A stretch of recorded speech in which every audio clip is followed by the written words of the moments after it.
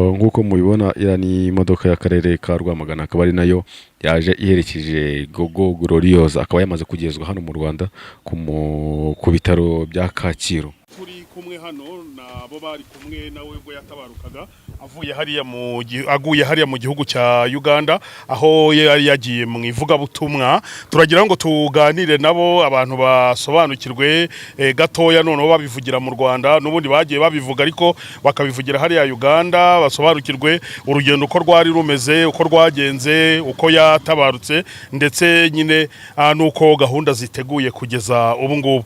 Nkuko rero umuryango wa Gogo Gloriose ndetse na timu bari kumwe batoye Bikemu ngo abari we uri buze kuvugana n'itangazamakuru, nubwo mubabona bose. Reka tumwakire natubwire nyine uko urugendo rwagenze ndetse nuko Gogo Gloriose yaje gutabaruka, kugira ngo abanyarwanda babisobanukirwe. Yes, ashimwe cyane. Mwanyemerera tukatangira dusenga Imana. Data twese uri mu ijuru, Imana nziza, Imana ikomeye, Imana itabura guseruka mu byago no mu makuba. Ijambo ryawe rihora ridusaba kugushima mu byiza ndetse no mu bibi. Aka kanya turi hano dushima kuko ikintu ukoze kuri twe aba ari cyiza, nubwo turira, nubwo amarangamutima tuzamukana, ariko mu mugambi wawe harimo ibyiza gusa, nk'uko muri byabiririmbye.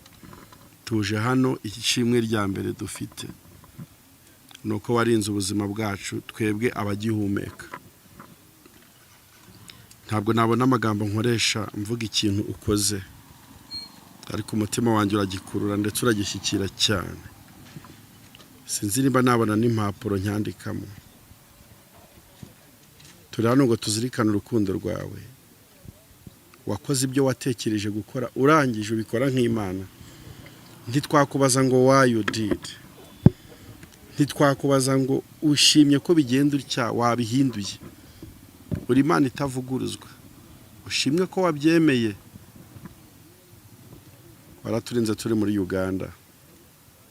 Ni urugendo rutari rworoshye namba, ni urugendo rwari ruvunanye. Twebwe ba nyirarwo turarwumva, turumva n'imvune byadutwaye, ariko icyo dushima nuko wahagaranye natwe muri byose. Komeza ukore protokole neza y'umugeni wawe, twiteguye kumuherekeza. Ushimwe ko wantoranije ugatoranya bagenzi banjye, ngo abari gushyira umugeni mu biganza agataha ari kumwe natwe kuko wabihisemo. Dufashe rero muri aka kanya ibyo tugiye kuvuga n'ibyo tugiye kuganira ibibe inkuru nziza iherekeza watashye. Mu izina rya Yesu Kristo tubyambaje, urakoze, amen. Muraza kunyihanganira muri iki kiganiro. Ijambo rya mbere ni ryo kubashimira nk'itangazamakuru ry'u Rwanda ndetse n'ibindi binyamakuru bishobora kuba biteraniye hano uyu munsi wa none. Njye nitwa Bikemu wa Yesu, nitwa Bikorimana Emmanuel, uzwi nka Bikemu wa Yesu ku mbuga nkoranyambaga. Nyakwigendera Musabyimana Gloriose wamaze gutaha, cyangwa se Gogo, muri team management ye ninjye wari uhagarariye itangazamakuru ndetse n'umuziki. Ariyo mpamvu ari njye ugiye kuvuga cyangwa se gusobanura iby'inkuru yo gutaha kwa Gogo, dore ko byamaze no kwisobanura, twabivuze kenshi. Ahubwo nyine tugiye gupuenta tuvuge Gogo uyu munsi ari he, Gogo azashyingurwa ryari, hehe. Nicyo kintu tugiye kubasha kuvugira imbere y'itangazamakuru. Muri iki kiganiro rero ndi kumwe n'uruhande rwa Uganda, twazanye kugira ngo nabakomeze basangiza amakuru, kuko Uganda ni igihugu cyatubaye hafi cyane, aho umugeni wacu yatahiye. Itangazamakuru rya Uganda ryakoze akazi kenshi cyane. So I want you to interpret what I'm saying, because I want to thank Ugandan people. Before we do, present ourselves. My name is Fred Muziki Rukundo. I'm based in Kampala, Uganda. I'm a music promoter, and I've been working with several artists, including Butera Knowless. I'm her representative in Uganda. In the same line is how I came to meet several artists from Rwanda who have been coming for performances and other gigs. So it's in the same way that I met Team Gogo, who is left now. So I'm here with them. Naje mbaherekeje. Nk'itangazamakuru ryo mu Rwanda twishimiye kwakira itangazamakuru rya Uganda rihagarariwe na Fred muri aka kanya. Fred ni karibu mu Rwanda. We are here to welcome Fred. You are most welcome from Ugandan side. Uyu Fred yatubaye hafi muri Uganda. Fred has been with us in Uganda hakimara kumenyekana inkuru yo gutaha kwa Gogo. After the sudden news of Gogo. Uyu Fred ni promoter w'abahanzi benshi bamaze kumuca imbere barimo na Butera Knowless. Fred is one of the promoters that have worked with artists including Knowless. Ibitaramo byinshi byo muri Uganda niwe ubikodona. Rero natwe yaraturebye nka Team Gogo adushyira mu maboko yaradufasha. Fred is a promoter and has been hosting different nights or events, and it is in the same line that we managed to meet Team Gogo. Ubwo rero Fred yatubaye hafi hamwe n'umunyamakuru bita Bruno K. That I managed to be with them at the same time with Bruno K. N'abandi banyamakuru muri Uganda badufashije ntavuza amazina Imana ibahumugisha. And other artists, he has not mentioned the names. May God bless you. Ibi tubivugiye ku butaka bw'u Rwanda kugira ngo nabo turekonese umusanzu wabo baradufashije cyane. I'm talking this on the land of Rwanda, and we want to thank you so much, people of Uganda. Reka nze ku nkuru ya Gogo. This is the story of Gogo. Gogo Gloriose ni umuririmbyi waririmbaga indirimbo zo kuramya no guhimbaza Imana. Gogo Glorious has been an artist who has been praising God. Umuririmbyi ukomoka mu karere ka Rwamagana mu murenge wa Fumbwe. A musician from Rwamagana at a place called Mubumbwe. Fumbwe. Gogo Gloriose ntabwo yari umuririmbyi gusa yari na doctor. Niko nge mwita. Gogo has not been just a musician, but I may call her a doctor. Kubera iki mwita doctor? Hari benshi yaruhuye mu mvugo ze. Why do I call her a doctor? There are many people that she managed to heal. Hari benshi ahari yarinze kwiyahura. Sorry? Hari benshi yarinze gufata ibyemezo bibi ku buzima bwabo. There are many people that almost wanted to commit suicide.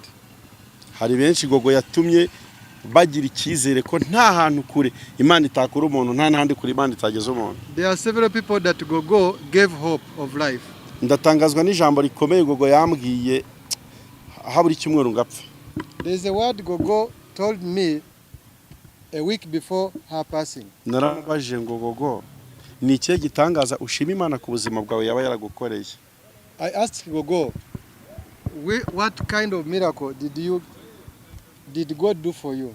Yaransubije ngo namaze gusobanukirwa ko Imana itarobanura ku butoni kandi ko nta hantu kuri Imana itavana umuntu nta n'ahandi kuri itamujyana.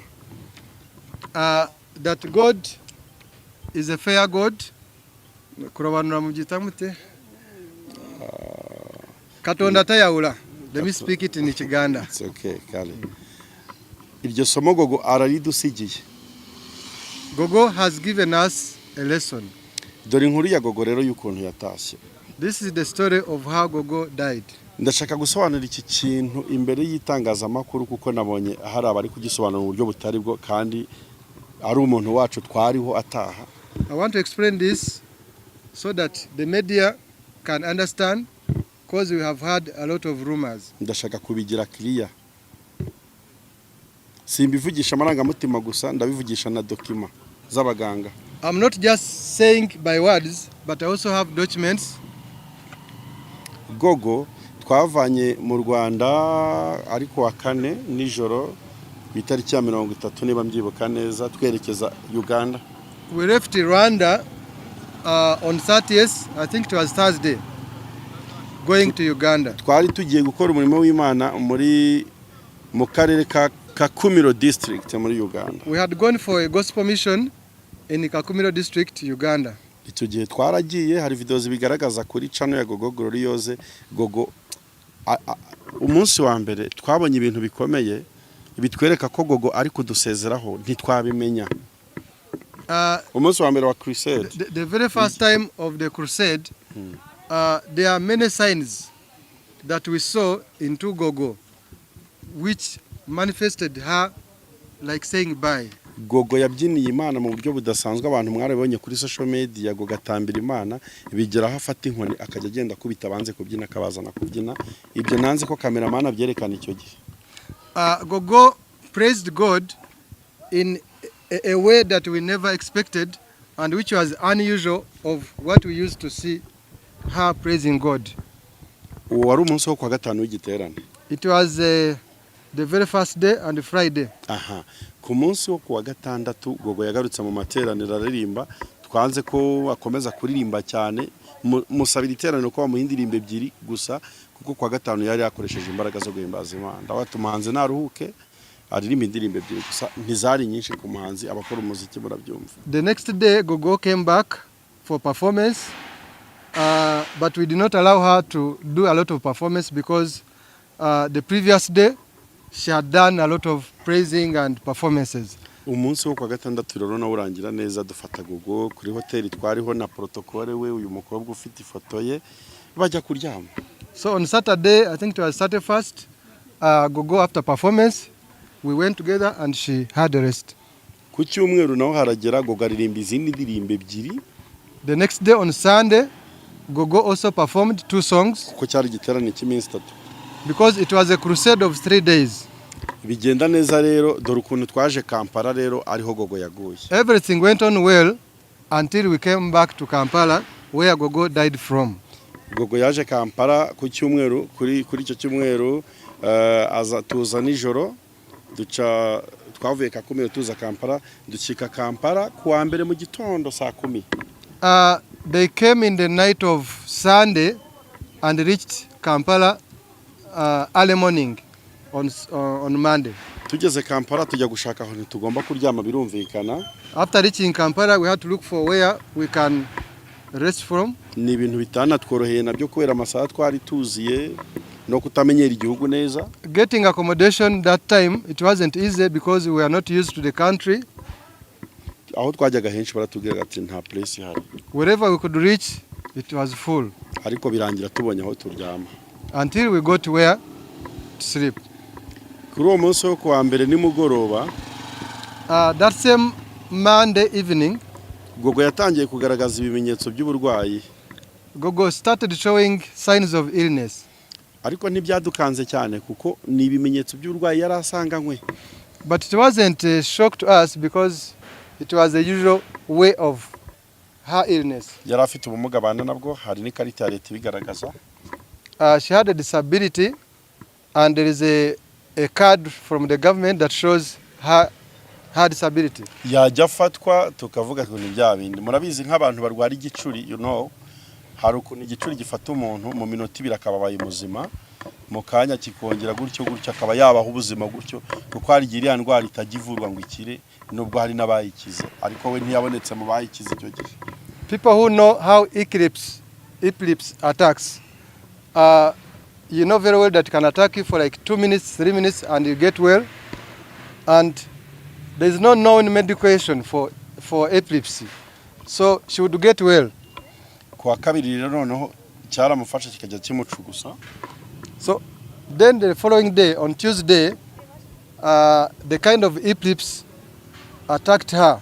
And very strong. Nabyo tubona ntibirenze n'ubundi kubyo dusanzwe tubona, kuko twe twagendanaga nawe twajyaga tubona byinshi bitandukanye ku by'uburwayi bwe, wenda kamera zitabashaga kubona.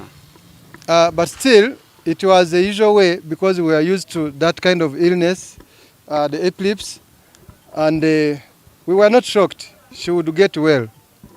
Ndiyegisikiza no ku bantu babonye ikiganiro cyanjye nakoze kuri Yago TV show.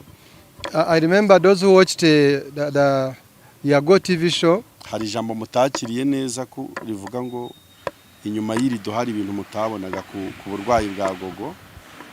There's a word he said that behind the cameras some things that used to happen in Now- Gogo's life. nabonye isi itarabyakiriye neza, ndaza gusobanura impamvu nabivuze kuriya. The world did not receive it well, but I'm going to explain about it. Ni ukuvuga ngo Gogo yari arwaye indwara twe twari tuziranyeho nka timu. Gogo had an illness that every one of us in the team knew about it. Ni abantu bake bari babizi. Very few people knew about it. Ntabwo twigeze twishimira rero ko abantu bamenye ibyo bintu kandi bitavuga ubutumwa, ntacyo bivuze ko ivuga ubutumwa rye. We did not find it necessary to inform the public about her illness. Twakomeje kubihisha. We kept it a secret because it was not necessary. Ni iki cyatumye mvuga gutyo ngo byari biri inyuma y'irido? Kubera ko hari abantu bari batangiye gutangaza ko Gogo yishwe n'igicuri n'uburozi n'ibindi, bituma noneho nza kuvuga ati oya, dusanzwe tuzi ko nyine yakirwaraga, none reka tubibabwire, ariko sicyo cyamwishe. Ubu rero muri iki kiganiro turaza kuvugiramo n'ikishe Gogo. In this conversation, we shall talk about what exactly killed Gogo, though the first information was about the eclipse.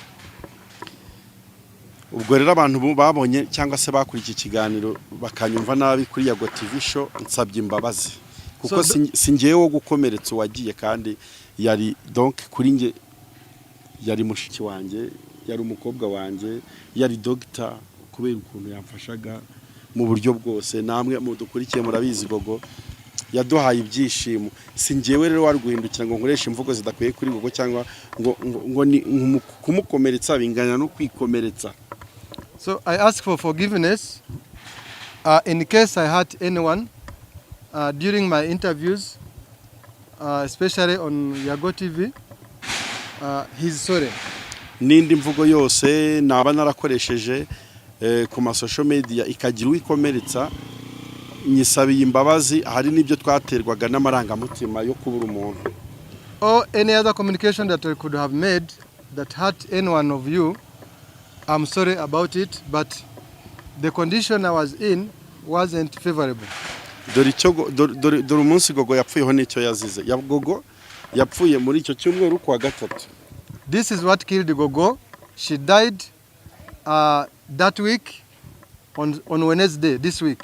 Kwa gatatu ibyo bintu bimufata byakomeje kumufata bikamucugusa, none tubona biri kuba buri kanya tugira ubwoba.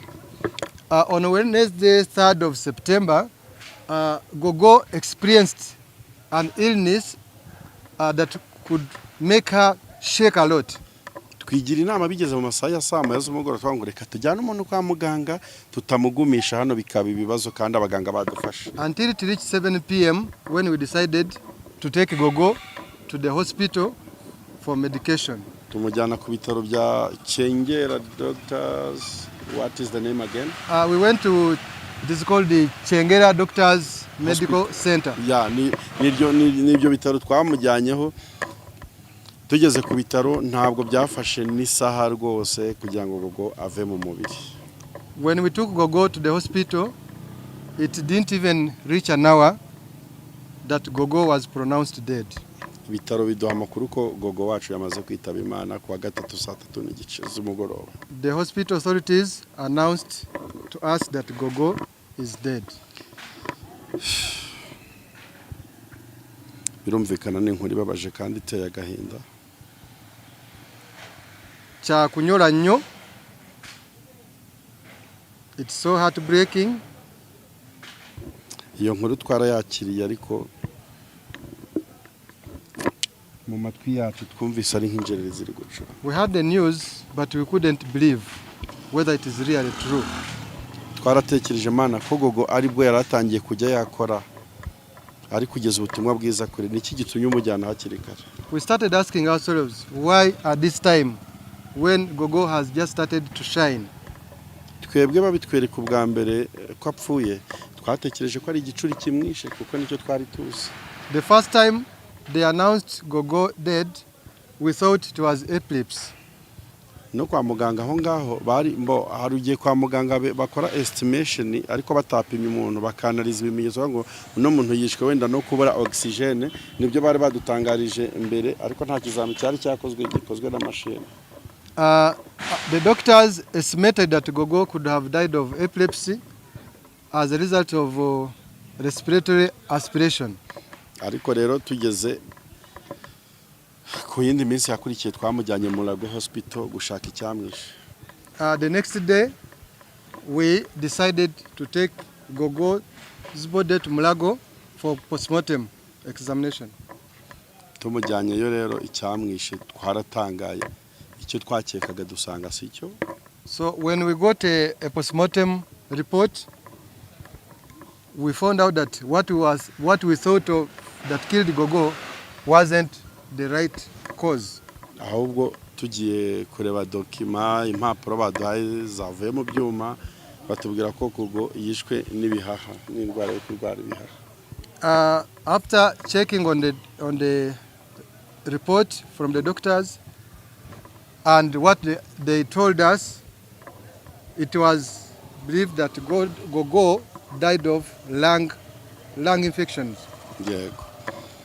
Gogo icyamwishe nicyo tubivugiye hano kuri kamera zingana urya n'isi yose ibyumva mu ndimi zitandukanye, undi uzavuga ibitari ibi azababeshya. So in a brief, that is what killed Gogo. Nibiba ngombwa turatacinga hiyo dokima bigaragaza. If possible, the document is there, we may attach it. Hari ibyambabaje muri iyi nkuru ya Gogo. There are things that hurt me in this story of Gogo. Aya makuru turi gutangaza turi kuyemeranywaho n'umuryango wa Gogo kuko bamaze kubona ikishe Gogo. This news we are telling you, we sat with the family of Gogo. Nabo bavuye hano ngira ngo mwababonye nuko babuze imbaraga zo kuvugira kuri kamera. They are contented about the news. Ariko twababajwe no kubona hari abanyamakuru batangaza ngo Gogo bamuroze, Gogo yanyweye ji. It was unprofessional to hear news from some media guys saying Gogo was given poison or something else. Ntabwo ibyo bintu byaturyoheye kubera agahinda twari dufite cyangwa tugifite ko umuntu wacu wagiye kubona ari umuntu wicaye kuri kamera ari guhimba icyamwisha atari dogiteri.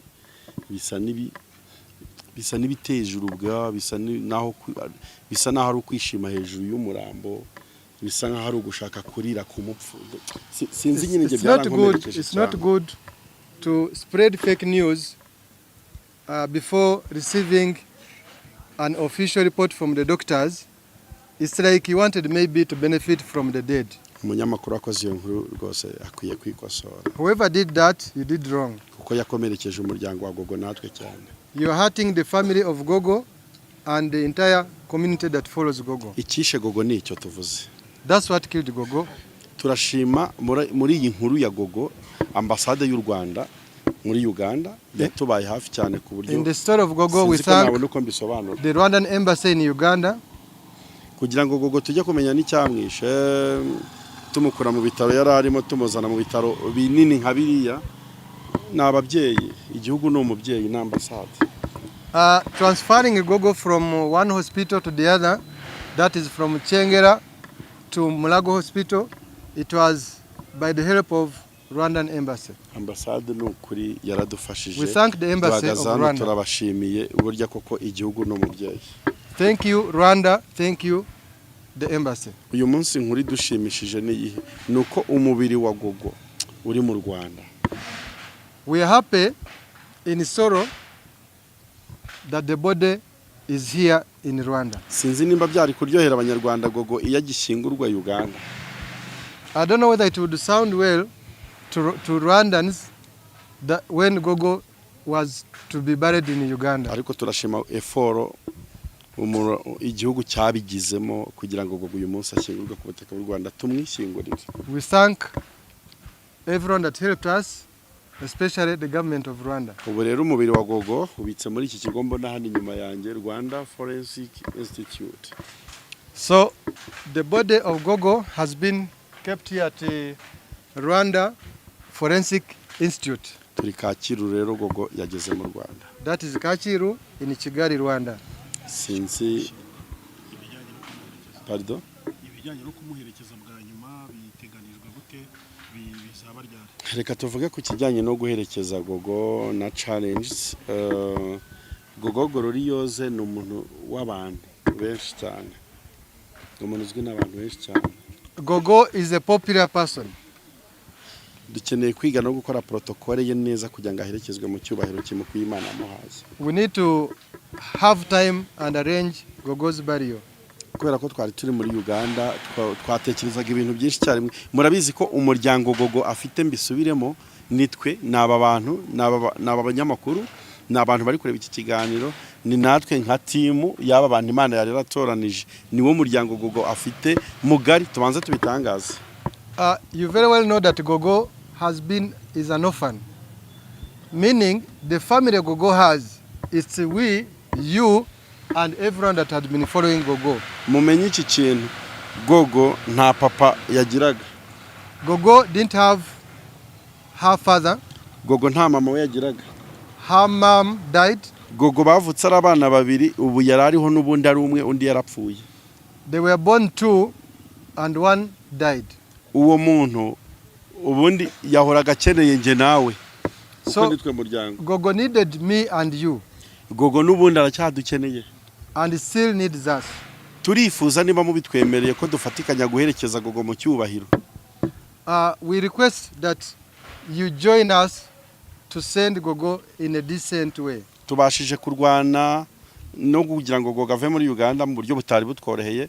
Ngewe uvugiye inkuru maze amasaha 48 ntashinzira. It's not been an easy task bringing Gogo from Kampala to Kigali. Personally, he has not slept for over 48 hours. Ndumva muri iyo minsi narariyemo rimwe. In those hours, maybe he had 1 meal. Atari uko mbuze ibiryo. Not because he could not afford. Ahubwo ndwana no kugira ngo Gogo agere mu Rwanda. But he was busy finding ways of bringing Gogo's body here. I mean Gogo's body here. Mumpera Imana icyubahiro ko ibyo bintu bishobotse ndumva umutima wanjye usa n'uruhutse. So we thank God. Please help us thank God for bringing Gogo back to Rwanda. Dore ikigiye gukurikiraho twamaze kumvikana n'umuryango wa Gogo ko agomba gushyingurwa ku wa mbere. This is what follows next. Gogo azashyingurwa ku wa mbere, azashyingurwa irya Rwamagana, ahaturuka birumvikana. Gogo's burial will